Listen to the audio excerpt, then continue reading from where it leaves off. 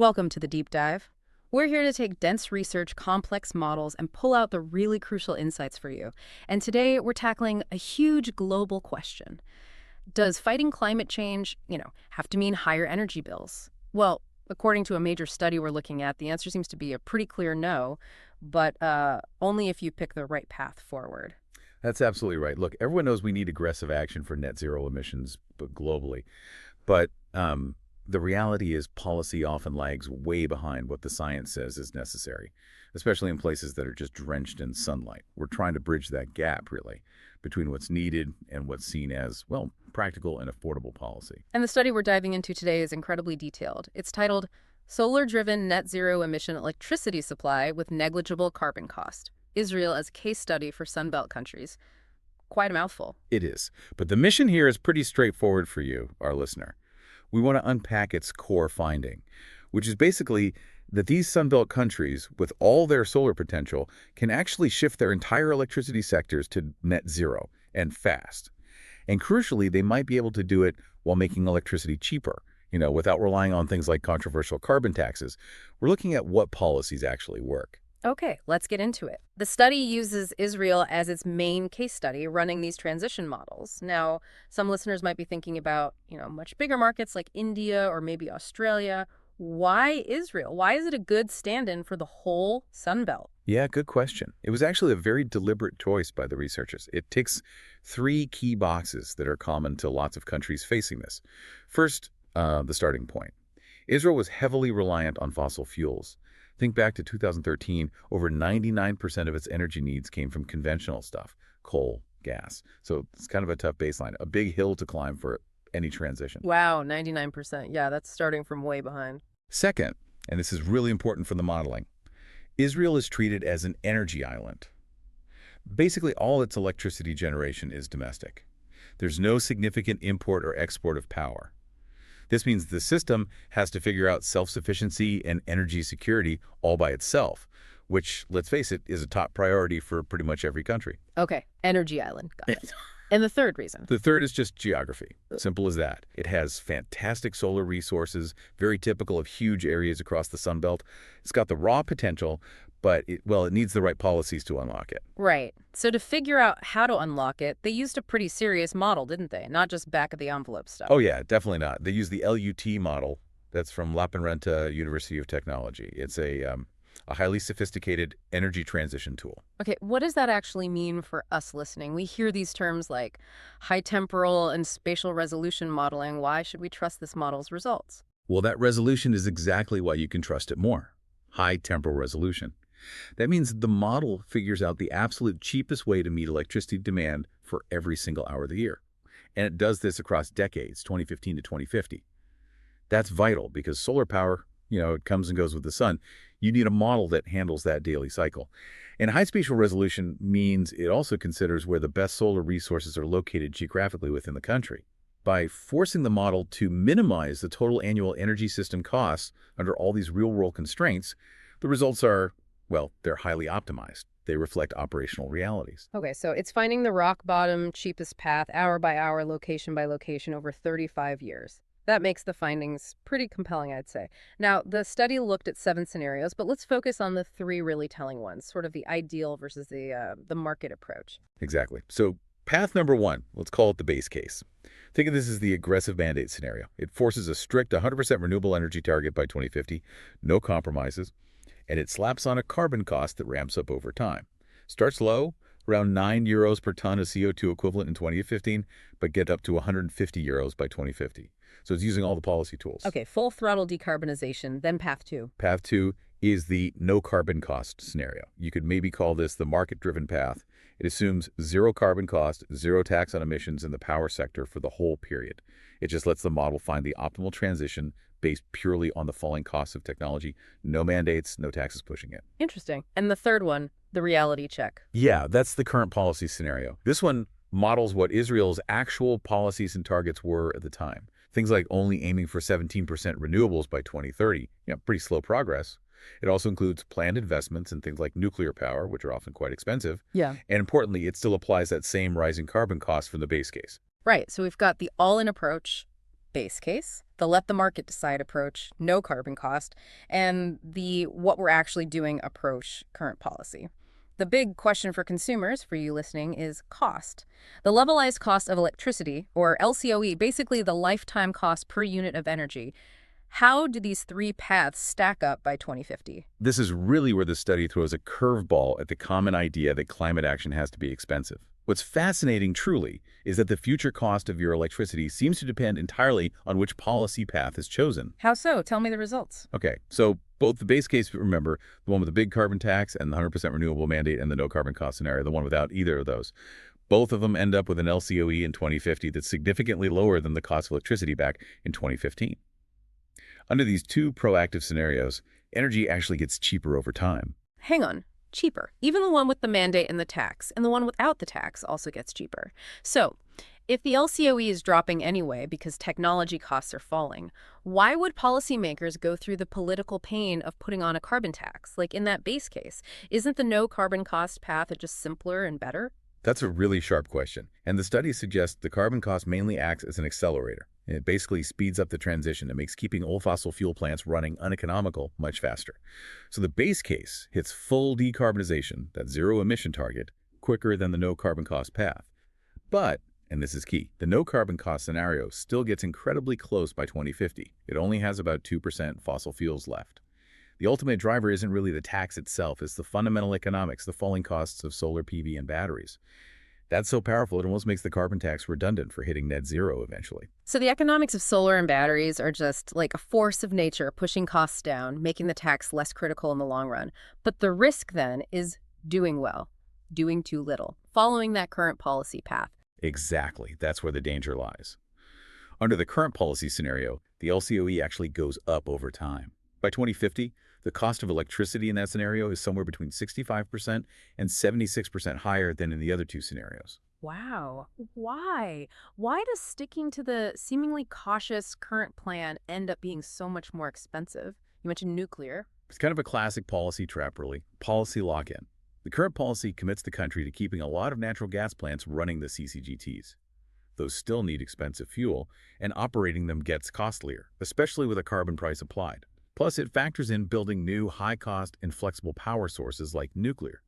These need huge upfront investments. They just can't compete, cost-wise, with the rapidly falling price of solar PV and battery storage, especially when the goal is finding the cheapest overall system. By limiting how much PE can be built, that policy essentially forces the country down a much more expensive road. So the takeaway for other Sunbelt countries seems pretty stark then. If you follow a slow, cautious path, you might actually be locking in higher electricity costs for decades. When there's an alternative path, driven by solar and storage, that leads to cheaper energy and faster decarbonization. That is the absolute core conclusion, yes. If you look at the technology mix in those successful scenarios, the base case and no carbon cost, the shift is just dramatic. You go from a system totally dominated by fossil fuels in 2015 to one dominated by solar PV plus the storage it needs by 2050. And this whole transition relies on the expectation that PV and battery costs will keep falling, which, as the study points out, is something we're seeing happen globally. It's a verifiable trend. Right, but moving to mostly solar inevitably brings up a storage question. Yeah. You can't just switch off the country when the sun goes down. As you ramp up renewables from almost nothing to almost everything, what kind of storage does the model say you need, and when does it come online? Yeah, the storage needs definitely evolve, which is really interesting. In the early stages of the transition, the focus is heavily on diurnal storage. Yeah. Short term. Mostly that means lithium-ion batteries. They're great for soaking up that peak solar generation during the day and releasing it to cover demand in the evening and overnight, basically bridging the gap after sunset. Okay, that handles the day to night cycle. Oh. But solar power varies seasonally too, right? Less sun in winter. How does the model handle storing, say, summer sunshine for winter use? Ah, right. That's where the long-term seasonal storage comes in. Later in the transition, especially as you get really close to 100% renewables, the model starts bringing in large amounts of gas storage. This really kicks in around 2035 in that base case scenario. It uses something called power-to-gas technology. You take excess solar electricity, when you have tons of it, and use it to create synthetic natural gas, SNG. SNG. So you're using clean electricity to make a gas fuel and then storing that fuel. Exactly. You're turning sunshine into a chemical fuel, basically. Right. And you can store that SNG for months, potentially using existing gas pipelines or storage facilities. Then, during periods of low sun, like winter, you burn that SNG in power plants to generate electricity. It's a way to shift energy across seasons. What's quite interesting, though, is the difference between the base case and the no carbon cost path here. The base case, because it has to hit exactly 100% net zero by 2050, needs a lot more of this SNG and gas storage infrastructure. It's needed to get rid of that last little bit, that final 2% of fossil fuels. Yeah. The no carbon cost path, which is okay with leaving that tiny 2% fossil fuel share, needs less of this quite expensive long-term storage. And meanwhile, the current policy path needs very little storage overall, but not for good reasons. No, not at all. The storage need is low simply because the amount of solar PV in that scenario stays really small. The system is still dominated by those inflexible gas plants and the planned nuclear power. There's just not much variable renewable energy to store. Okay, let's shift slightly. Sector coupling. Israel, like many dry regions, needs a lot of desalination to get fresh water, and desalination plants use a lot of electricity. So you're coupling the power sector with the water sector. You'd think adding a huge constant industrial load like that would really mess with the grid transition, maybe drive up costs. Yeah, that was definitely an expectation going in. The researchers specifically modeled adding this desalination load, even ramping it up to ensure 100% water security for the country. You know, the worry is often that adding big new demands will make the green transition harder or more expensive. And what did the model show? Surprisingly, almost counterintuitively, adding this desalination load didn't really change things much for the electricity sector's transition or the final LCOE. The trend of falling electricity costs, driven by solar and batteries, basically stayed the same as in the scenarios that only looked at power. Huh. Why was the impact so small? Is desalination just not that energy intensive? It is energy intensive. But two things are happening. First, the load is very stable, almost constant. Power systems find that easier to manage than, say, unpredictable spikes in demand. Second, and probably more important, even at full capacity for 100% water security, the total electricity needed for desalination is projected to be a pretty small slice of Israel's total electricity demand by 2050, only about 3%. It's just not a big enough load to fundamentally alter the cost dynamics, which are being overwhelmingly shaped by those falling solar and storage costs. Okay, fascinating. Now let's go timelines, emissions.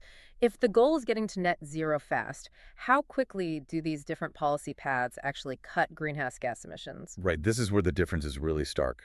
The base case, the one with the carbon cost and the mandate, gets there fastest. It hits pretty much zero greenhouse gas emissions right around 2050. That's the accelerated route. And the no carbon cost path. Slower, you said, but still effective. Absolutely. Yeah. It gets very close to net zero, ending up with just that tiny 2% of fossil fuels remaining by 2050. Yeah. Just to give you some context, the emission level it reaches in 2050 is about the same as where the base case was back in 2040. So yeah, the carbon tax effectively buys you about a decade in terms of speed for that final push. Yeah. But both aggressive paths clearly lead to deep decarbonization. Okay, but then there's the current policy path. That must look pretty bad on the emissions timeline. Oh, it's bad. The study shows that under the current policy scenario, greenhouse gas emissions in 2030 are actually higher than they were in 2015. Emissions literally go up until 2030. That's because the plan relies on building new fossil fuel capacity and only adds renewables very slowly. It's basically the definition of a slow, expensive, and ultimately failing policy path from a climate perspective. It exposes the country to high costs and delays meaningful action. So the final policy takeaway from this study, really for any Sunbelt nation, is crystal clear. Sticking with cautious current policies, ones that lock you into inflexible fossil fuels or maybe expensive nuclear options, it carries huge risks. Higher costs for consumers and tragically slow emission reductions. The solution, this study strongly suggests, is to actively create policies that favor solar PV and battery deployment. That path accelerates the cost reductions we're already seeing. And the kicker is, this better path, the cheaper path, seems achievable, even without having to fight the political battles over putting a direct price on carbon emissions. It really paints a picture of smart, technology-enabling policy being far superior to just protecting legacy systems or moving too cautiously. This has been a deep dive into the paper, Solar-Driven Net Zero Emission Electricity Supply with Negligible Carbon Cost, Israel as a Case Study for Sunbelt Countries. Yeah, the data here makes a powerful case. By really leaning into solar PV and storage, these Sunbelt countries look set to achieve better results on cost, on energy security, and on the environment. Those economic forces driving down PV costs, they're just too strong to ignore. Which leads us to a final thought for you to mull over. Since this study suggests that actively promoting solar and batteries is the best deal for Sunbelt countries, cheaper, secure energy, what hidden subsidies might be propping up older fossil fuel systems in your own country? The study mentions phasing out fossil fuel subsidies as potentially helpful. So, what could your government stop doing? Maybe remove some indirect support to let this cheaper solar transition happen even faster, potentially without your electricity bill ever needing to go up. Something to think about.